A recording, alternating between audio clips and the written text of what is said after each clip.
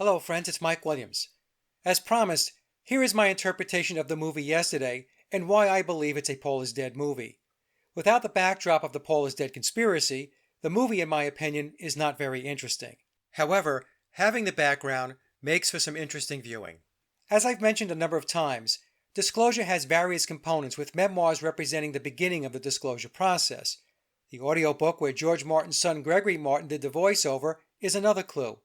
Other disclosure vehicles will come in the form of interviews where Billy masterfully speaks, along with online articles where Billy talks about the Beatles, especially strange stories like Billy masturbating with Lennon, going to gay bars, and having trouble remembering his true relationship with John because he fell prey to the media's false depictions of their relationship, which he claims overrode his memory.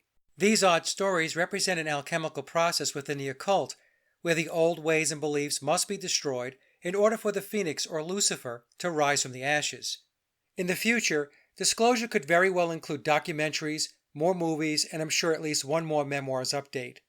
I understand there's a major project underway that will be released after Billy passes. In what form that project will come, I don't know. As with all of my presentations, this discussion is intended for those who are well versed in the McCartney conspiracy. If you are new to the topic, I recommend watching my previous interviews and presentations in order to get up to speed. If you are a troll or in deep denial and this topic angers you, it's best to move on and find a safe place. Those attempting to leave non-value add comments will be permanently blocked from the channel. And with that, let's get started. Here's a press release from the movie. Jack Mallock is a struggling singer-songwriter in an English seaside town whose dreams of fame are rapidly fading despite the fierce devotion and support of his childhood best friend, Ellie.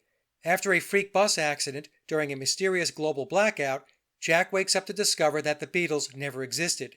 Performing songs by the greatest band in history to a world that has never heard them, Jack becomes an overnight sensation with a little help from his agent. And now my observations and analysis.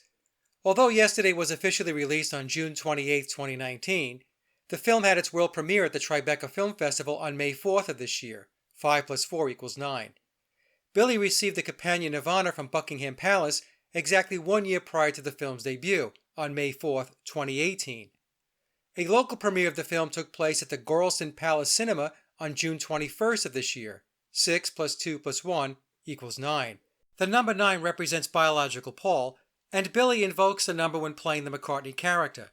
Himesh Patel in the main role as Jack Mallock represents Eastern religions, and as we know, the Beatles went to India to introduce the world to Eastern religious influences. The Beatles parody band The Ruddles portrayed their Harrison character Stig O'Hara as an Indian, and one of Crowley's influences was Eastern mysticism. Ed Sheeran, who plays himself in the movie, is a card-carrying member of the Pyramid of Power. He has his MBE, he's a singer, songwriter, record producer, guitarist, and actor, all by the age of 28. Go figure. Jack's girlfriend in the movie is Ellie. Ellie represents the number 11, which is a master number in numerology and Freemasonry. In the Netflix series Stranger Things, the main character is L, which is short for 11. The numbers 9 and 11, or 9/11, is symbolically displayed throughout the film.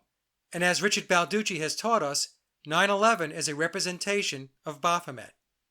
The inclusion of Beatles songs means Apple, Billy, and the estates of Lennon and Harrison agreed to the movie, along with Ringo Starr. There is a scene where Ed Sheeran is in Jack Mallock's kitchen, and Ed is wearing a shirt with the word hoax on it.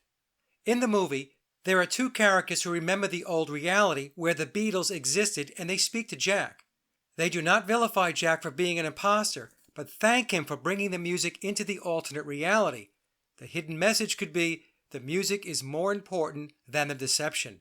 In other words, Billy playing Paul is necessary in order to continue to enlighten the world with Beatle music.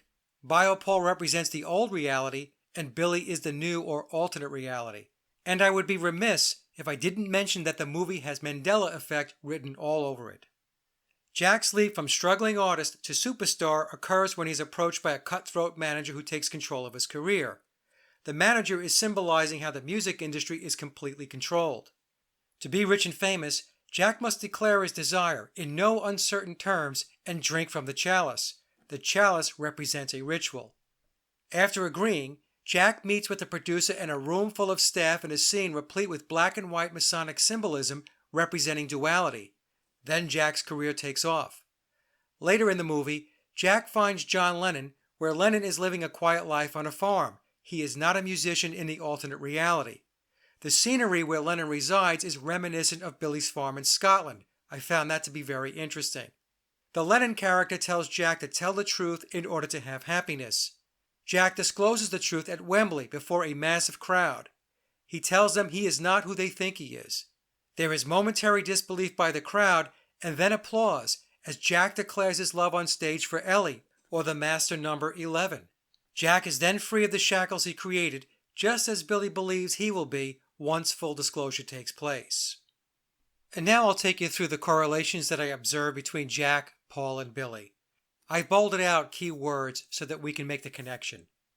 Jack is a struggling artist trying to make the big time. Billy was an unknown session musician trying to make the big time. Jack is in a bicycle accident where he's hit by a bus. Paul was injured in a moped accident. Billy tells us Paul died in a car crash. Jack wakes up after the accident with his head bandaged and missing a front tooth.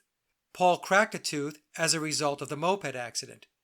Billy had head bandages due to plastic surgery. Jack wakes up in an alternate reality where there are no Beatles. Paul's death could have ended the Beatles. The Beatles would have ceased to exist. Billy creates a new or alternate reality where he took on the Paul character.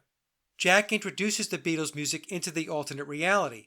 Billy introduces the world to a new Beatles with a new sound via Sgt. Pepper, a sound that didn't exist in the Bio-Paul reality. Jack cannot make it big without a controller. The Beatles would never have achieved fame and fortune without Tavistock. Billy makes it big after being groomed and tapped by the Illuminati to replace biological Paul. Jack must declare his intent or his will and drink from the chalice to achieve fame. This is the ritual. Per memoirs, Paul and John entered into a satanic pact in 1962, giving their lives for the fame and fortune of the Beatles, what Billy refers to as death for success. Billy is an occultist, a Crowley acolyte, and manifested his reality by imposing his will, do as thou wilt. In the film, Jack is told he will be a messiah. Biological Paul is a graven Christ figure who died and rose again or was resurrected via Billy. In the documentary The Winged Beetle, we hear John Lennon say, by the year 2000, Paul will be Jesus. Billy leads the cult of Paulism, which is a Luciferian spiritual movement. In the film, Jack is told by John Lennon to tell the truth. Billy is in the process of disclosing to reveal the truth. And to wrap things up, I'll leave you with this slide. There were 4 prominent songs in the movie. Yesterday, which is Bio-Paul's eulogy, Eleanor Rigby, which is about death, The Long and Winding Road is Billy singing about himself, and Obla-Di Obla-Da, which is about Billy's life. In Jack's room, he is working to remember the chords and lyrics to the Beatles songs. He uses post-it notes and sticks them to the wall. A post-it note with Revolution No. 9 written on it is prominently displayed on Jack's wall in the center of all the other songs. The problem is, Revolution No. 9 is not a song, it's a collage of sounds. 9 represents biological Paul. Therefore, Paul is at the center of the Beatles. McCartney has 9 letters. John wrote the song No. 9 Dream. Billy is all about the 9s when he's playing Paul, and all about the 6s when he is William.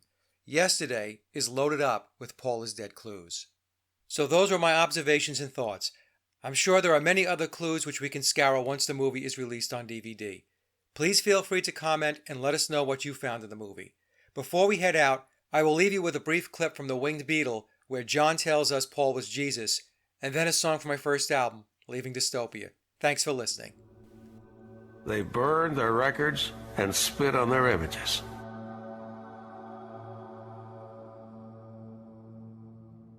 But before they burned the records, they had to buy them. We meant more to kids than Jesus did. I was just saying it as a fact.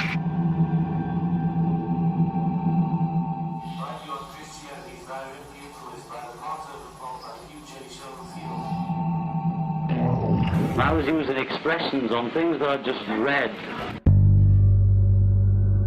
The Passover plot speculates that the Bible is a hoax and that Jesus didn't die on the cross. Jesus survived, and in order to create a new religion with himself as the Messiah, he made people believe that he'd risen from the dead. He said to me once that the children of 2000 will be listening to the Beatles. By 2012, the masses will be where we are today, and Paul should be Jesus by then.